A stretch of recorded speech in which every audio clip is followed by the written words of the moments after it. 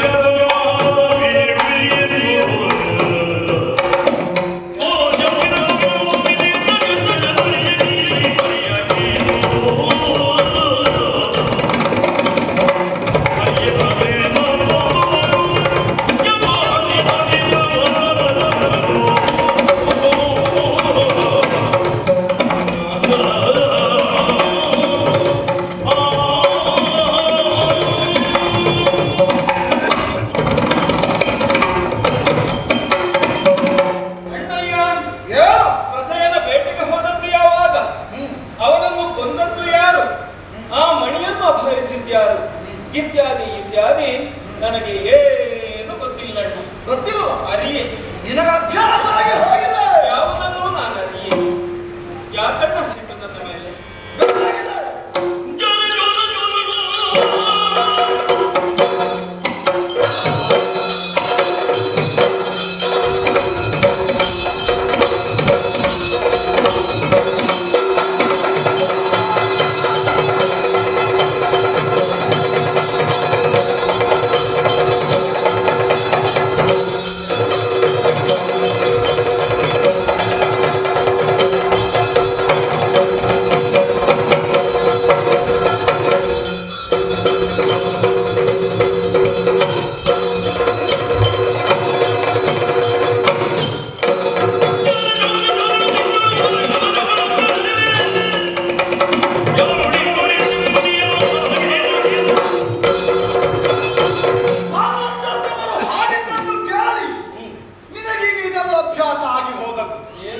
ನೀನೇನು ಮಾಡಿದ್ರು ಲೀಲೆ ಅದೆಲ್ಲಕ್ಕಿಂತಲೂ ಮೇಲೆ ಎನ್ನುವ ಹಾಗೆ ಹಾಡಿ ಹೊಗಳಿದ್ರು ನೀನನ್ನು. ನನಗೇನು ಗೊತ್ತಿಲ್ಲ. ನಾನು ನನ್ನ ತಮ್ಮ ಅನ್ನುವಂತ ನಾನು ತಲೆದೂಗುತ್ತಿದ್ದೆ. ಆದರೆ ಆ ಬಳಿಕ ಮುಂದುವರಿಯಲಾಗಿ ನೀನು ಮಾಡಿದಂತಹ ಎಲ್ಲ ಕೆಲಸಗಳನ್ನು ಕೂಲಂಕಷವಾಗಿ ನಾನು ವಿವರಿಸಿದಾಗ ಅಥವಾ ವಿಶ್ಲೇಷಿಸಿದಾಗ ನನಗೆ ಅರ್ಥ ಆಯಿತು. ಇದೆಲ್ಲ ನಿನ್ನ ದೇಹದಲ್ಲಿ ಹಾಸು ಹೊತ್ತಾಗಿ ಜಾರತನ ಚೋರತ್ವ ಏನೆಲ್ಲ ಮೋಸ ವಂಚನೆಗಳನ್ನೆಲ್ಲ ಮಾಡಬೇಕು ಇದು ನಿನ್ನ ಜೀವನದಲ್ಲಿ ರಾಜಕವಾಗಿದೆ.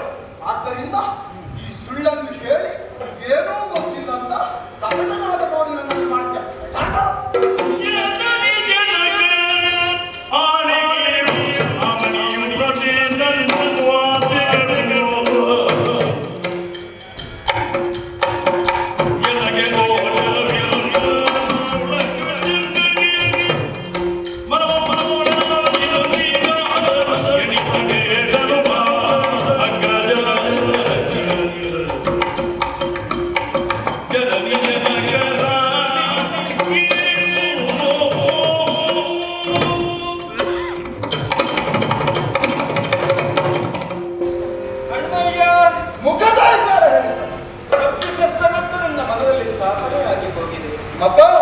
ಆದ್ದರಿಂದ ನನ್ನ ಮಾತುಗಳನ್ನು ನಂಬುವ ಸ್ಥಿತಿಯಲ್ಲಿ ನೀವಿಲ್ಲ. ಸೂರ್ಯನಾಡ, ಚಂದ್ರನಾಡ, ಭೂಮಿ ದೇವಿಯ ಅಪ್ಪನಾಡ, ಅಮ್ಮನಾಡ, ನನಗೆ ಈ ಪ್ರಸಂಗದಲ್ಲಿ ಏನು ಗೊತ್ತಿಲ್ಲ.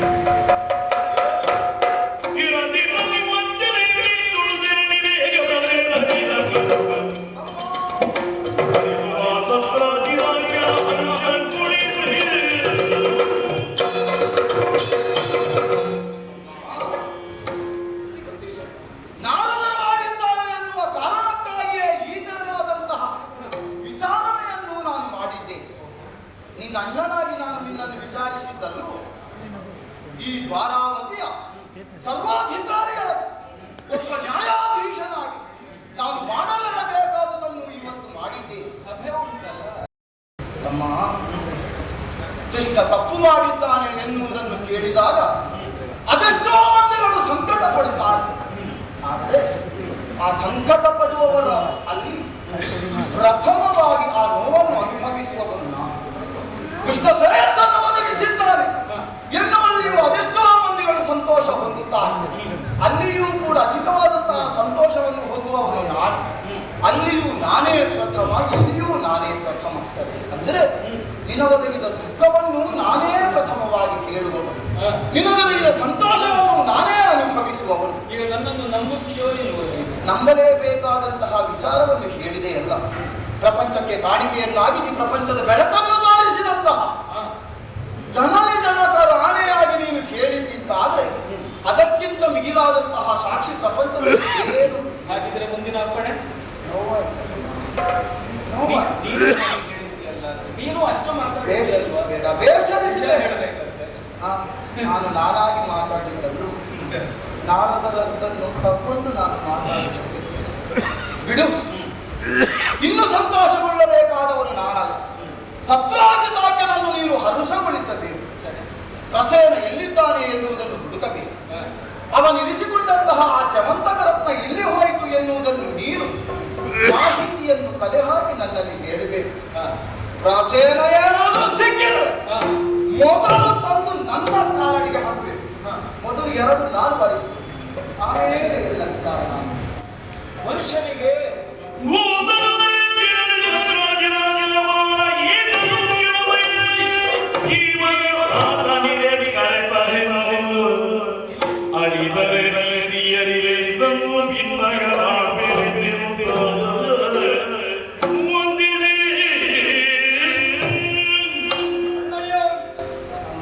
ಈ ಪ್ರಸಂಗದಿಂದ ನಿನ್ನ ಮನಸ್ಸಿಗೆ ಎಷ್ಟು ನೋವಾಗಿದೆ ಎಂಬುದು ನನಗೆ ಗೊತ್ತು. ಆದರೆ ನಿನಗಿಂತ 100 ಪಟ್ಟು ನೋವನ್ನು ಅನುಭವಿಸುತ್ತಾ ಇದ್ದೇನೆ. ಬಂದಿರುವ ಅಪವಾದ ನನಗೋರ್ವನಿಗಲ್ಲ, ನಿನಗೂ ಅಲ್ಲ. ಚಂದ್ರಾಂಶಕ್ಕೆ ಬಂದಂತಹ, ಯದುವಂಶಕ್ಕೆ ಬಂದಂತಹ ಅಪವಾದ ಇದು. ಇದನ್ನು ತೊಡೆಯಬೇಕಾಗಿದೆ. ಮನುಷ್ಯನಿಗೆ ಅಪವಾದಕ್ಕಿಂತ ಮಿಗಿಲಾದ ಶಾಪ ಬೇರೆ ಯಾವುದೂ ಇಲ್ಲ. ಸಮರ್ಥಕರಂತದ ಕಾರಣದಿಂದ ನನ್ನನ್ನು ಕಳ್ಳನೆಂದು ಸುಳ್ಳನೆಂದು ಜನ ಆಡಿಕೊಳ್ಳುತ್ತಾ ಇದ್ದಾರೆ. ಇದನ್ನು ಆದಷ್ಟು ಬೇಗ ನಿವಾರಿಸಿಕೊಳ್ಳಬೇಕು. ಅದಕ್ಕಾಗಿ ಈ ತಕ್ಷಣ ನಾನು ಹೊರಟೆ. ಭೂತಳದ ಎಲ್ಲೆಡೆಯಲ್ಲೂ ಸಂಚಾರ ಮಾಡುತ್ತೇನೆ. ಪ್ರಸೇನ ಬದುಕಿದ್ದರೆ ಮಣಿ ಸಹಿತ ಅದನ್ನು ಕಳೆದುಕೊಂಡು ಬರುತ್ತೇನೆ. ಸತ್ತಿದ್ದಾನೆ ಅಂತ ಇಟ್ಕೊಳ್ಳೋಣ. ಅವನ ಕೈಗೆ ಸತ್ತ ಆ ದಿವ್ಯ ರಕ್ತ ಎಲ್ಲಿ ಹೋಯಿತು ಇತ್ಯಾದಿ ಸಮಗ್ರ ವೃತ್ತಾಂತವನ್ನು ಸಂಗ್ರಹಿಸಿ ಸಂವಿಧಾನದಲ್ಲಿ ಗೌರವಿಸುತ್ತೇನೆ. ಹೋಗುವಂತಹ ಕಾರ್ಯದಲ್ಲಿ ಯಶಸ್ಸುಂಟಾಗುವಂತೆ ಹೋಗಿ ಬೇಗ ಬರಬೇಕು. ನೀನು ಬರದೆ ನಿನ್ನ ಮುಖಾವಲೋಕನ ಮಾಡದೆ ನಾನು ಊಟವನ್ನೇ ಮಾಡುವುದು. ಆದಷ್ಟು ಪ್ರಾಮಾಣಿಕವಾದ ಪ್ರಯತ್ನ ಮಾಡುತ್ತೇನೆ.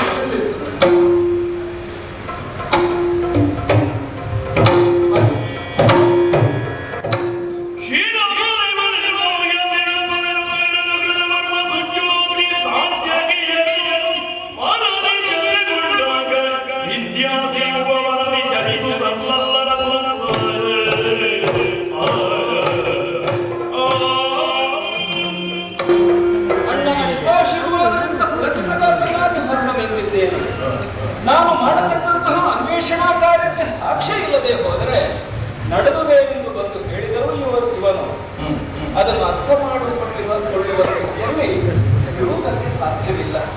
ಅದಕ್ಕಾಗಿ ಸತ್ಯೋಗಿ ಸಾತ್ವಿಕಿಯರನ್ನು ಜೊತೆಗೂಡಿಸಿದ್ದೇನೆ. ಆ ಪ್ರಸೇನ ಹೋದದ್ದು ವಿಂಧ್ಯಾದ್ರಿಗೆ ತಾಯಿ.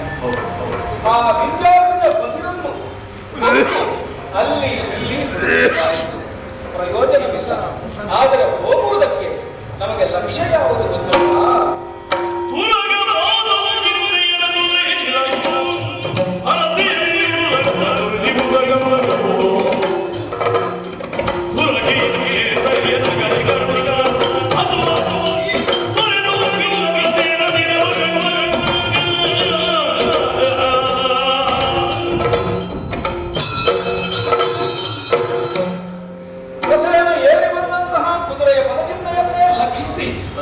ವಿಂಧ್ಯಾಟವಿಯ ಬಸಿರನ್ನು ಹುಕ್ಕು ಅಲ್ಲಿ ಇಲ್ಲಿ ಎಲ್ಲೆಂದರಲ್ಲಿ ಹುಡುಕಿದೆವು.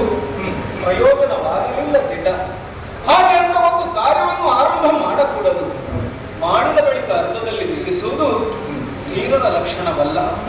ಆದ್ದರಿಂದ ಮತ್ತೆ ಮತ್ತೆ ಹುಡುಕಿ ಬಂದರೆ ಆ ಸರಸ್ಸಿಯ ತೀರದಲ್ಲಿ ಒಂದು ಕಳೆಯವರ ಯಾರದ್ದು ಅಂತ ನೋಡಿದ್ರೆ ಅದು ಪ್ರಸೇನನ ಕಳೆಯವರ. ಇವ ಹೇಗೆ ಸಂತ ಎಂದು ಸೂಕ್ಷ್ಮವಾಗಿ ಅವಲೋಕನವನ್ನು ಮಾಡಿದರೆ ಹೊಟ್ಟೆ ಸೀಳಲ್ಪಟ್ಟಿದೆ, ಕರುಳ ಮಾಲೆ ಹೊರಗೆ ಬಿದ್ದಿದೆ. ಅಲ್ಲಲ್ಲಿ ಸಿಂಹದ ಕೇಸರಗಳು ಉದುರು ಬಿದ್ದುಟ್ಟು ಗೋಚರಿಸುತ್ತಾ ಇವೆ.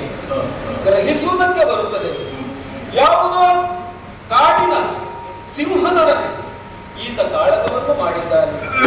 ಆದ್ದರಿಂದಲೇ ಇಂತಹ ದಾರುಣವಾದಂತಹ ಸ್ಥಳವು ಈ ಪ್ರಸೇನನಿಗೆ ಸಂಭವಿಸಿದೆ. ಹಾಗಾದರೆ ಮಣಿಯಲ್ಲಿ ಹೋಯಿತು. ರಾಜಕುಮಾರಿಗೆ ಇಲ್ಲೇ ಅಂತ್ಯ ಸಂಸ್ಕಾರವನ್ನು ಮಾಡಿ ಇನ್ನೂ ಕೆಲಸ ಏನು? ಆ ಮಣಿಯನ್ನು ಹುಡುಕು. ನಮಗೆ ಲಕ್ಷ್ಯ